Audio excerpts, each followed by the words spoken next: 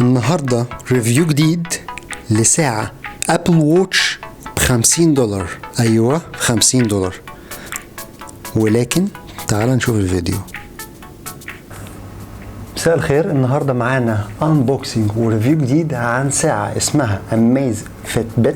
تعال نفتح البوكس ونشوف الساعة. طبعا الساعة بعد ما فتحت اوكي، وده قاعدة الشاحن بتاعتها. هنوصلها بالشحن. طريقة الشحن سهلة، مجرد بس ما احطها هنا كده واضغط تشارجنج. بمناسبة الشحن، الساعة بتقعد تقريبا شهر على حسب الاستهلاك والاستخدام، وممكن توصل 40 يوم، بس ده نادرا لو انت مش بتستهلكها كتير او مش بتشوف النوتيفيكيشن دايما عليه. وبالنسبة للساعة بيبقى في منها ألوان، بس طبعا أنا بفضل اللون الأسود لأن هو بيليق على كل حاجة. طبعا الاستراب نقدر نغيره وهنحط واحد تاني دلوقتي. حجم الشاشة 1.2 إنش. مميزات الساعة هنا فيها حساب نبضات القلب أو ضربات القلب، وحساب الكالوريز وعدد ساعات النوم. الساعة ضد المية، تقدر تنزل بيها سباحة وتقدر بيها تاخد بيها الشاور. وطبعا انا زي ما بقول لكم، انا اي حاجه بقولها بتبقى عن تجربه. ان الساعه هنا اهو انا استخدمتها 10/10، مفيش مشاكل. استخدامها تحت الميه، استخدامها في الشاور، مش بتاثر عليها خالص.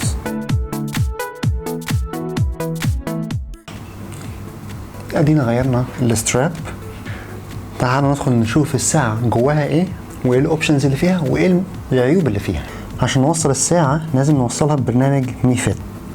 عشان تضيف الساعة بتدخل على كلمة بروفايل واد ديفايس وبتضيف الساعة.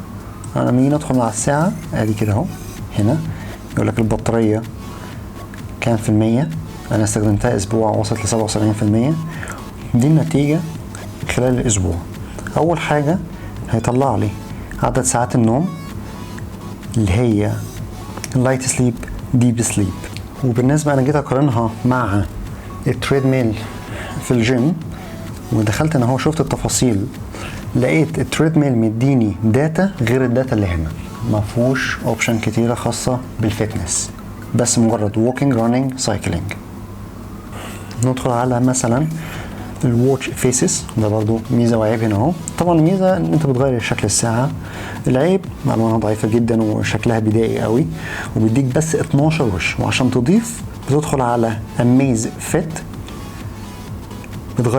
بتختار هنا اهو البلد اللي انت عايز تغير منها الساعة، شكل الفلاج ومش عارف ايه والكلام ده كله. incoming calls، طبعا هو يقول لك انت بتستقبل مكالمات على التليفون استقبال فقط، يعني انت مش هترد، انت بس هتظهر لك ان فلان بيتصل بيك.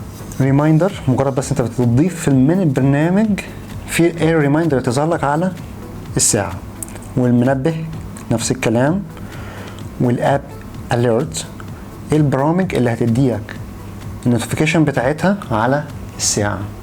ايدل اليرت، ان هو يفكرك ان انت تقوم، تلاقي الساعة كده تديك فايبريشن، تايم تو جيت اوك. فايند واتش، بس مجرد فايبريشن. باند لوكيشن، انت تلبس الساعة من اليمين ولا الشمال. الهارت ريت، كل دي 30 دقيقة بيحسب لك الهارت ريت. وفايند فون، بتحدد النغمة اللي انت عايزها. طبعا لازم تخليها رانينج باك جراوند، ويجيب لك الويذر وكده. بس العيب هنا اهو في النوتيفيكيشن ان هي ما بتقراش عربي. العربي بيجي لي علامه استفهام، او بيجي لي كلام مقلوب، يبقى العربي نفسه مقلوب. الحل الوحيد ان احنا نقرا العربي، تقلب التليفون عربي. اول ما تقلب التليفون عربي بيروح الساعه بتطلع لك ان في ابجريد، تعمل ابجريد، فبيروح ياخد السوفت وير من التليفون فبيقرا عربي. بس طبعا تليفونك لازم يكون عربي. الاكتيفيتي اللي فيها بسيطه جدا. ندخل اكتيفيتي او الدور، تريد ميل، سايكلينج، ووكينج، بس خلصت. فيها الويذر، بيجيب لي الطقس، الالارم اللي انا عايز اظبطه، تايمر لو انا عايز اظبط تايمر، والسيتنج. السيتنج انا اقدر اغير واتش فيس من هنا او من التليفون زي ما احنا شفنا. لو انا عملت سوايب من الشمال لليمين هيديني علي باي، بس ده في الصين بس. لو عملت سوايب من فوق لتحت هيديني نظام دونت ديسترب، ان انا اظبطه ان هو يعمل دونت ديسترب، او ممكن اعمله نظام الاوتو اللي هو بالليل بس. لما نيجي ندخل على السيتنج هادين اوبشنز. هنا الواتش فيسز، اضغط عليها هيغير لي شكل الساعه، نخليها كده مثلا واقول له اوكي. لونج بريس اوبشن، الزرار اللي هنا اهو، ايه الاوبشن بتاعته؟ هتبقى او الدور رانينج ولا تريدميل، ووكينج، سايكلينج، او اقفل الساعه. وهنا الاوتو جاست برايتنس، لان هنا البرايتنس بتاعتها مش اوتوماتيك، لازم انا اللي اعلي الاضاءه بتاعتها. حتى لو عليت الاضاءه بتاعتها مش البطاريه ممكن تنزل بنسبه حاجه بسيطه جدا، فانا بخليها في الوسط لان مش محتاجها يعني اكتر من كده. وفيها نظام فايند ماي ديفايس، مزعج بس كويس، ومش هتبطل رن غير لما تروح على التليفون تفتحه.